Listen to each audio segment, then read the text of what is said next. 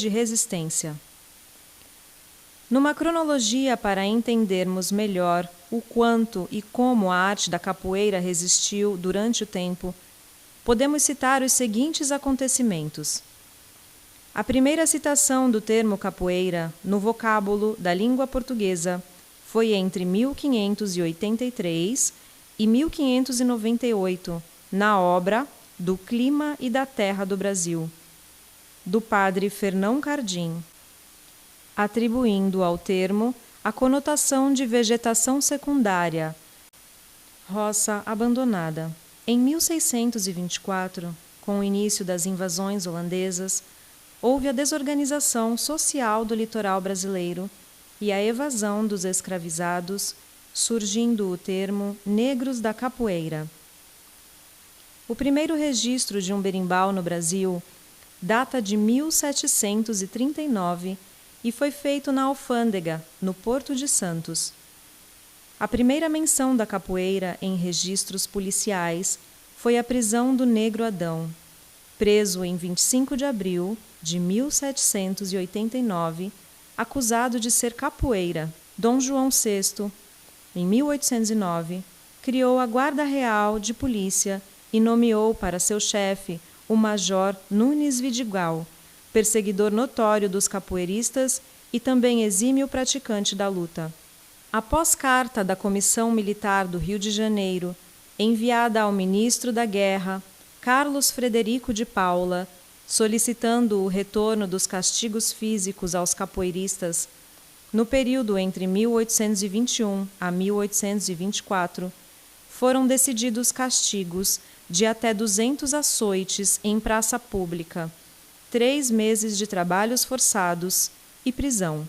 Em 1826, o artista francês Jean-Baptiste Debré pinta um negro tocando berimbau na tela O Tocador de Berimbau. Os capoeiristas, sempre tidos como desordeiros e marginais, ajudaram a conter alemães e irlandeses na Revolta dos Mercenários em 1828.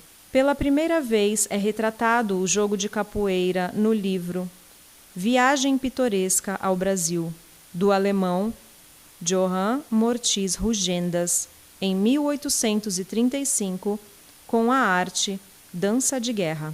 Plácido de Abreu publica o livro Os Capoeiras, em 1886, e já relata a existência das maltas do Rio de Janeiro. As maltas eram grupos de capoeiristas que dominavam as periferias da cidade do Rio de Janeiro na segunda metade do século XIX. Com certeza, o que contribuiu para a organização desses grupos foi a vinda dos heróis capoeiristas da Guerra do Paraguai para a capital do Rio de Janeiro, para reivindicar as suas alforrias e os pedaços de terra prometidos para começar nova vida. A alforria veio, porém as terras não.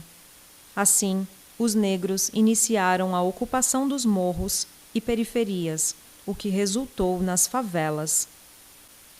Os partidos políticos da época também se aproveitaram de usar esses grupos a seus favores, lhes atribuindo com proteção contra a polícia. Nos anos entre 1850 e 1860, houve a forte presença de capoeiristas brancos, muitos desses europeus, inclusive nas maltas. Provavelmente com a chegada dos portugueses, que não tinham posses, onde muitos eram trabalhadores, açougueiros, artesãos, barbeiros, que vinham tentar a vida ou até criminosos deportados para o Brasil, e com eles a inclusão de armas brancas como bengalas e navalhas, manuseadas com as mãos, ou que eram presas a um elástico e arremessadas, voltando para as mãos do atirador ou também entre os dedos dos pés, para o jogo de capoeira. Em 1880, as maltas praticamente se fundiram em apenas duas, os nagôs e os guaiamuns. Os nagôs eram predominantemente compostos por descendentes africanos e os guaiamuns por mestiços, brancos e portugueses. Os dois grupos eram rivais e cada um dominava uma parte da cidade. Dia 13 de maio de 1888, a princesa Isabel decreta a Lei Áurea, abolindo a escravidão no Brasil. Apesar das participações heróicas e históricas dos capoeiristas em toda a luta em defesa do nosso país e a favor da República, com liberdade dos negros e a vinda dos imigrantes para ocupar seus lugares nas lavouras, o Brasil temia do que eles eram capazes e passou a fazer uma espécie de higiene social, perseguindo os negros, os botando à margem da sociedade e decretando leis que contivessem as práticas de suas culturas e de sua religiosidade, prevendo prisão, castigo e até morte em confronto, principalmente os capoeiristas, tornando a capoeira marginalizada. O decreto número 847 do Código Penal da República dos Estados Unidos do Brasil, de 11 de outubro de 1890, no seu capítulo 13º, dos vadios e capoeiras, em seus artigos 402, 403 e 404, prevê prisão de 3 meses, executando trabalhos forçados e deportação ao presídio de Fernando de Noronha, Pernambuco, para a colônia correcional de 2 Rios, na Ilha Grande do Rio de Janeiro. Após se tornar crime, a capoeira sobreviveu escondida, ensinada nas matas, nos fundos de quintais, praticadas na beira do cais, nas periferias e dentro dos terreiros de candomblé. Em Santo Amaro da Purificação, no início do século XX, era ativo o capoeirista mais famoso, Manuel Henrique Pereira, o Besouro de Mangangá, nascido em 1895 e falecendo em 1924. Besouro lutava contra os castigos que ainda eram impostos nos engenhos aos trabalhadores negros, mesmo já sendo livres. E também era inimigo número 1 da polícia ou de qualquer perseguidor de capoeirista. Em maio de 1909, com autorização da polícia do Rio de Janeiro, aconteceu a tão famosa luta entre Francisco da Silva Siriaco, carregador de café, e o japonês Sado Miyako, instrutor de jiu-jitsu da Marinha. O brasileiro venceu, dando grande notoriedade à capoeira, com repercussão em jornais e revistas a nível nacional. Em 1928, surge no Rio de Janeiro o primeiro Código Desportivo de Capoeira, sob o nome de Ginástica Nacional, Capoeiragem, metodolizada Aníbal Burlamaque, com nomenclatura de golpes, regras para competição, fundamentos históricos e etc.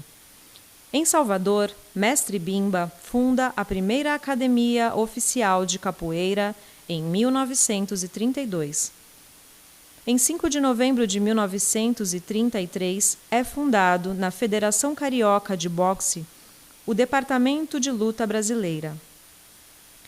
Em 4 de novembro de 1936, é fundado o mesmo departamento na Federação Paulista de Pugilismo. Em 1937, Mestre Bimba funda o Centro de Cultura Física e Luta Regional em Salvador, através do Alvará 111 da Secretaria de Educação e Saúde, passando a ensinar às elites econômicas, militares, políticas e universitárias.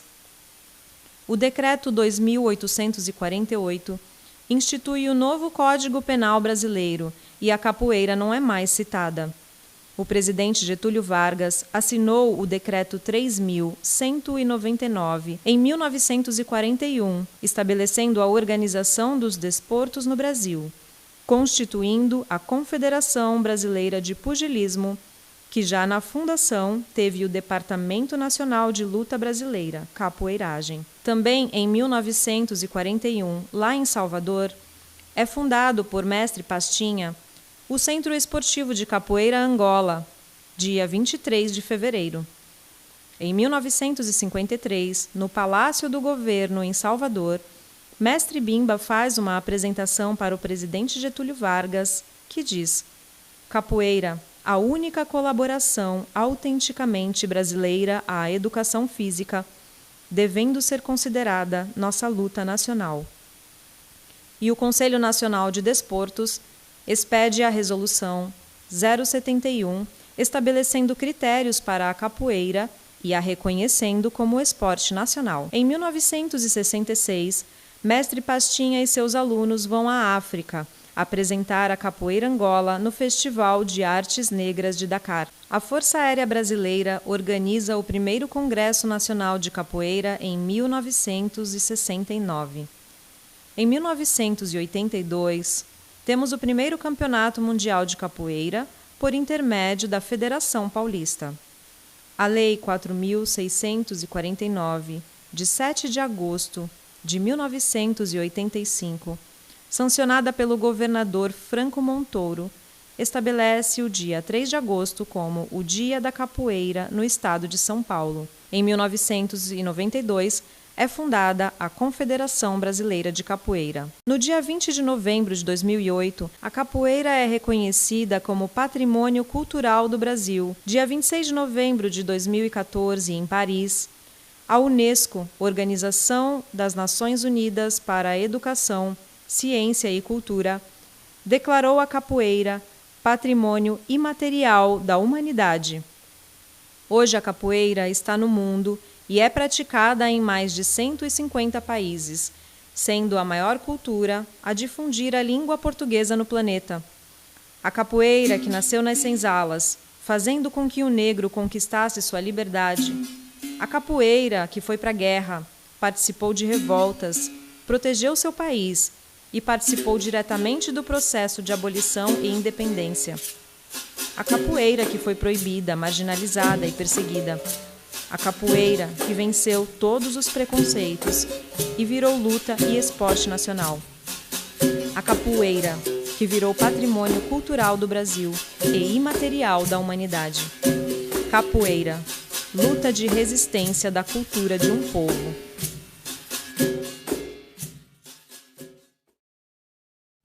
Capoeira, ela pode ser esporte, mas primeiramente ela tem que ser cultura.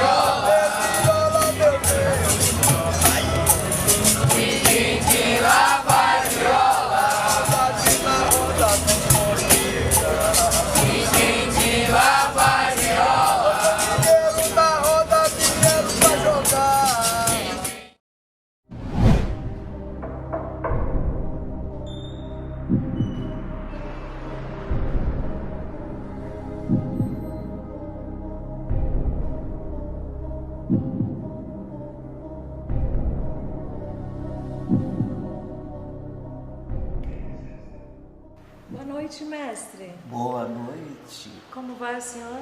Eu vou bem, vai ser. Muito bem, muito obrigada. Que bom você vir no meu casuar. Sabe, mestre, eu estava passando aqui embaixo, eu ia para outro lugar. De repente me deu uma vontade tão forte de subir. A sua ancestralidade quis te trazer para que você conhecesse meu casual. Eu costumo dizer que na orquestra todos os instrumentos têm a sua importância, têm a mesma importância, né? Porque aqui nós temos, vamos dizer ali, festivais de verão, nós participamos, está aqui essa foto aqui de 83, essa aqui de 76 foi na base aérea. Nossa senhora, é ali. Sim, sim. Aqui foi uma exposição de arte plástica no Guarujá. Esse outro aqui foi uma curiosidade minha, eu fiz esse desenho, né, essa esculturazinha. E ali tem da Escola de Samba Padre Paulo. Embaixo tem honra ao mérito que foi lá do Guarujá, festivais de folclore. De cima da Escola de Samba Guarujá, onde eu fiz parte do enredo, né? Fiz parte do enredo, fui enredo da Escola de Samba. De baixo foi da Prefeitura de Santos, prefeito, acho que era Walter de Carvalho. Esse outro aqui foi daquele do IFAM, Viva Meu Mestre, né? Foi premiado, honra ao mérito. Aqui foi da faculdade, eu acho que essa daí foi, não sei se é São Leopoldo. São Leopoldo. E aquela outra lá em cima também do Guarujá. E aquelas coisas todas que não dá nem pra gente. E sem contar o que eu tenho em casa, que eu estou me organizando para expor, né? Eu estou contente com a sua presença. Já que eu tô aqui, vamos prosear um pouco? Sim. Vamos. Se faz até eu lembrar do meu avô, que dizia, cantava para mim, a voz engasgada do meu peito é a dor que explode em desejo, em lutas, em querer viver. Era a coisa mais bela. E outras vezes ele dizia, irmão, bate os atabaques, deixar que se ressonasse ecoe pelo infinito afora. Se vá nos mares, os Pirineus, acordar nossos ancestrais. Irmão, bate os atabaques, dá-lhe vida, dá-lhe alma, dá-lhe o fôlego preciso. Irmão, bate os atabaques, bate.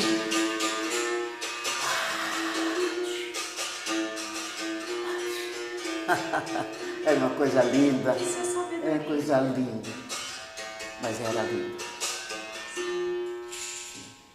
E você? Eu quero saber sobre o senhor, mestre. Mestre Sombra, qual é o seu nome? Meu nome é Roberto Teres de Oliveira. Então por que Sombra? Eu, pequenininho, quando eu tive o primeiro contato com a minha própria sombra, passei a brincar com ela, ao ponto de eu querer pisar na cabeça dela.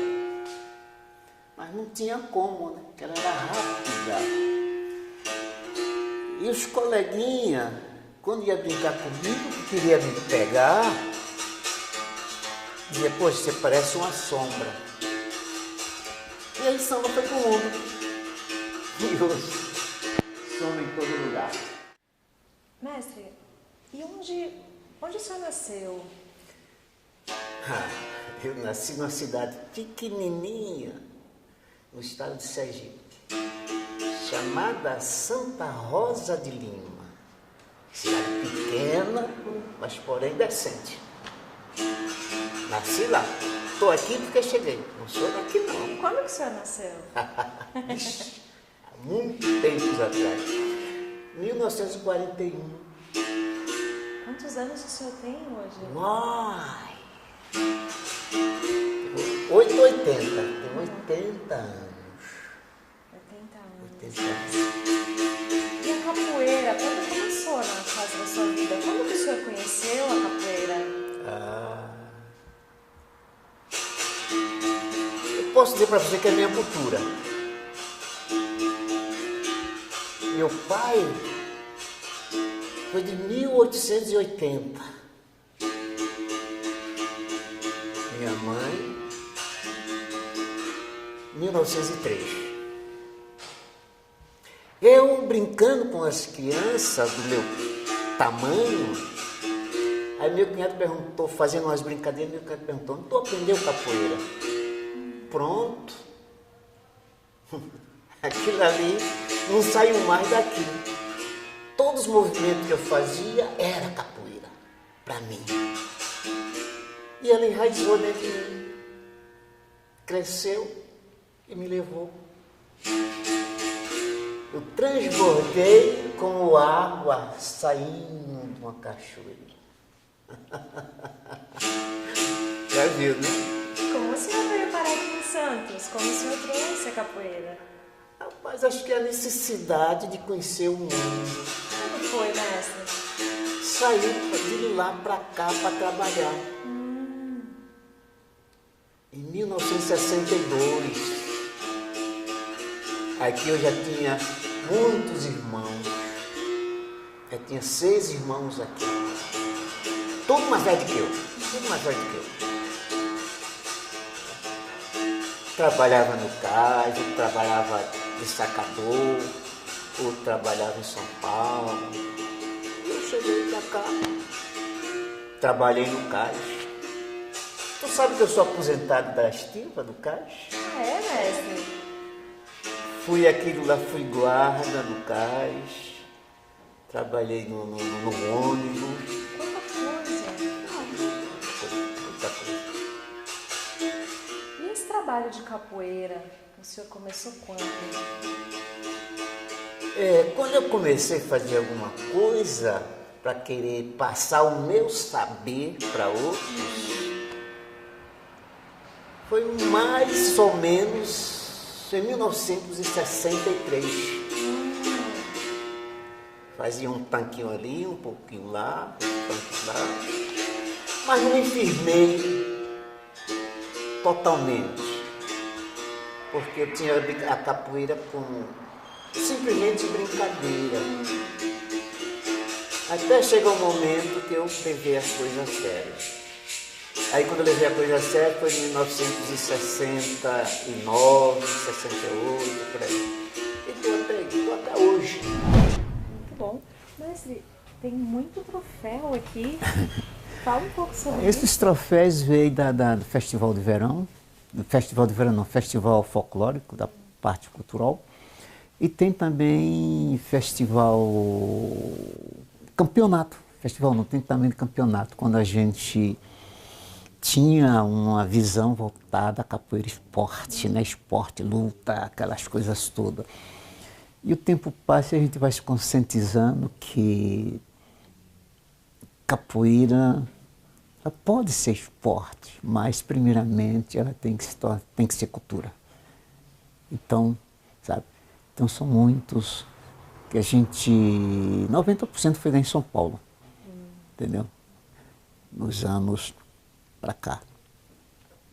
E a vida é isso. Muito trabalho, pouca luta.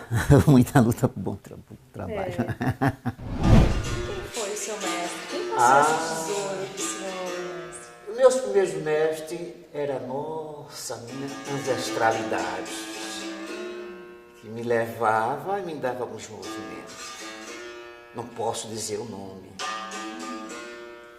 Depois, o mestre Olívio Bispo dos Santos, um baiano, participava num grupo com vários baianos, e eu sergipano, no meio. Só que todos já foram embora. Todos já foram embora. Mas é o caminho de todos nós. Conta um pouco da tua história. Ah, mestre, a minha história com a capoeira começou quando eu tinha 15 anos. Eu aprendi capoeira com o mestre Cícero Tatu. Depois fiquei um tempão sem treinar. Quando em 2016 eu encontrei o grande amor da minha vida. E aí voltei a treinar capoeira. Voltou a fazer parte da minha vida. Eu acho que na verdade nunca deixou de fazer. É porque a capoeira não é religião, mas ela nos conforta como religião. Ela nos conforta como religião. Ela nos dá condição de amar, de respeitar e de estar. Por isso que a gente diz capoeira, a expressão máxima da cultura de um povo.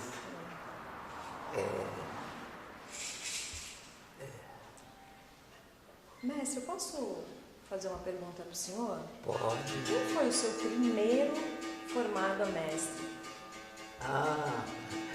O primeiro formado, Eugênio José Pérez Rua. Foi. Depois veio o Walter Oliveira, que a gente chama Walter Cabeça de Aú. Depois, Reginaldo da Cruz, que a gente chama Nego Naldo. E depois o Fábio Parada. Então, na ordem, primeiro, na chamada para que fosse receber a graduação. Então, essa foi a ordem. Mestre, eu ouvi dizer que as mulheres... Começou um grande movimento das mulheres na capoeira aqui na sua academia, lá na década de 70. Conta um pouquinho para mim sobre isso, mestre. A gente tinha um grupo e começou assim. A minha sobrinha me fez uma pergunta, se mulher treinar. Eu disse, pode treinar. Aproveitando, aí a convidei. Aí ela queria treinar, mas tinha vergonha de treinar com os meninos. Aí formamos um grupo em Vicente de Carvalho, só com meninas. A gente tinha de 14 a 18 moças treinando. Isso na década de 70. 73, 72, 73, por aí. E foi muito bom mesmo. Até o momento que eu a levei para treinar com os meninos, só numa experiência, elas não quis mais se afastar dos meninos. Foi muito bom. Muito bom. E tinha alguma delas assim que se destacava mais, mestre? Olha, tivemos quase todas. Quase todas se destacaram. Tinha a Francisca, tinha a Leopoldina, tinha a Marta, a Ivanete, um monte delas que tinha destaque. Dentro da forma como a gente estava preparando. Sem diferenciar, né? Sabe como é que é? E mestre, o senhor levou a capoeira para fora do Brasil também, não é? Pode comentar um pouquinho? Queria ouvir um pouco sobre isso. A primeira viagem que eu fiz, acho que foi em 89, Estados Unidos. De lá eu fui para França, Inglaterra. Depois ficou todo ano, eu ia França, Inglaterra, Alemanha, Espanha. E hoje eu conheço França, Inglaterra, Alemanha, Espanha, Bélgica, Holanda, Portugal, Islândia, Suécia, Dinamarca, Senegal, África do Sul, Etiópia, Quênia e outros países mais que no momento não, né? Certo. Mas a gente conhece. Quanto lugar o senhor foi? Muito, mas não conheço todo o Brasil. Preciso viajar no Brasil para conhecer. Por falar nisso, mestre, o que o senhor pensa da capoeira como a nossa cultura, a cultura afro-brasileira? Olha, a capoeira ela veio para ficar, como é que ela passou várias situações nos tempos remotos. E na época de hoje ela continua querendo vestir uma nova roupagem, né? Porque antes, quem fazia capoeira, os praticantes de capoeira era realmente considerado pessoas desocupadas, pessoas não daquele jeito, né? E hoje todos nós fazemos, saímos para cima e para baixo, uniformizado, aquelas coisas todas, que na minha época o uniforme não era tão assim, mas tudo bem. E a capoeira está em mais de 160 países, muito mais, 160 países. Mas ainda sofremos um pouco, né? Nós somos o primeiro da fila e o último a ser atendido em terras brasileiras. Mas, assim mesmo, já fiz várias oficinas, né? País diferente, escola diferente, em faculdade, na Inglaterra, nos Estados Unidos e em vários outros locais.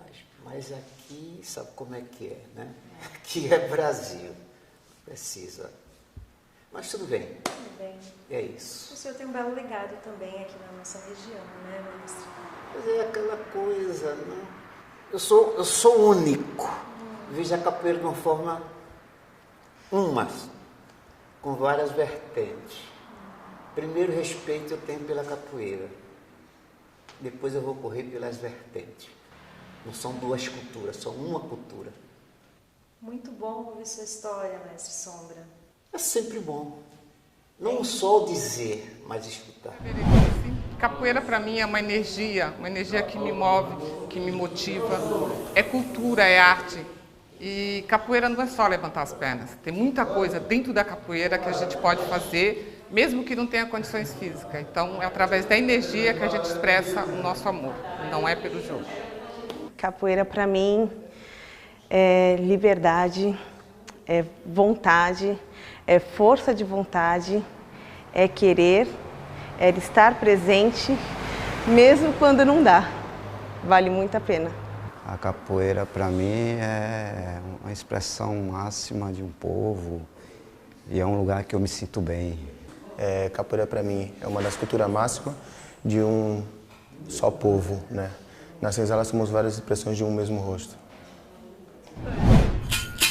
Veja bem, não tô de luto, iaia, né, pra lhe ofuscar.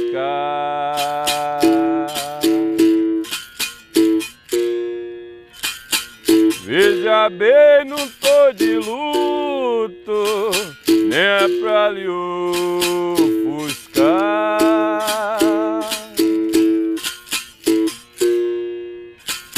Mas o que os olhos veem, ninguém vai poder negar.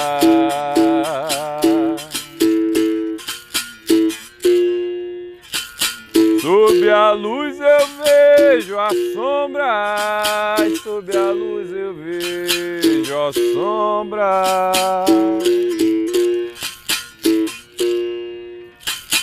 E isso é coisa natural.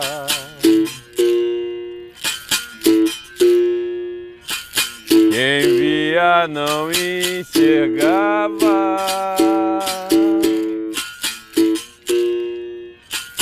Hoje em dia isso é normal.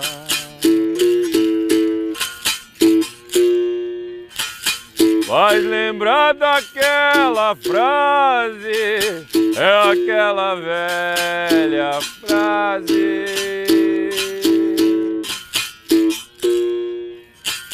E a mim muito faz gosto, somos várias expressões.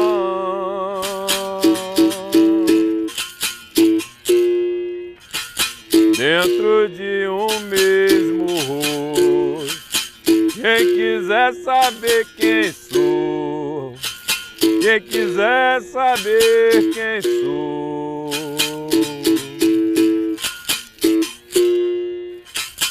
orgulhei de afirmar, eu me chamo Quilombola.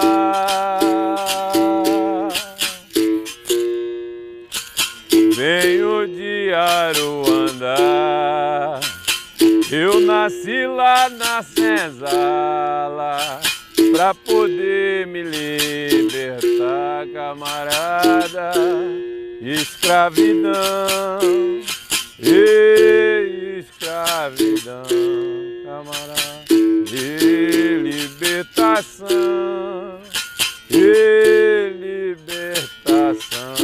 camarada. E a malandragem, e a malandragem, camarada. E sentido meu, e sentido meu, camarada.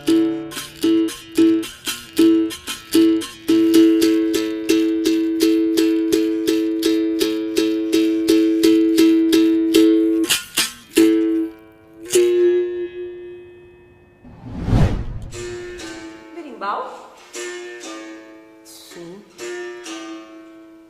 Instrumentos da solidão. O senhor ouve? Sim, tô ouvindo.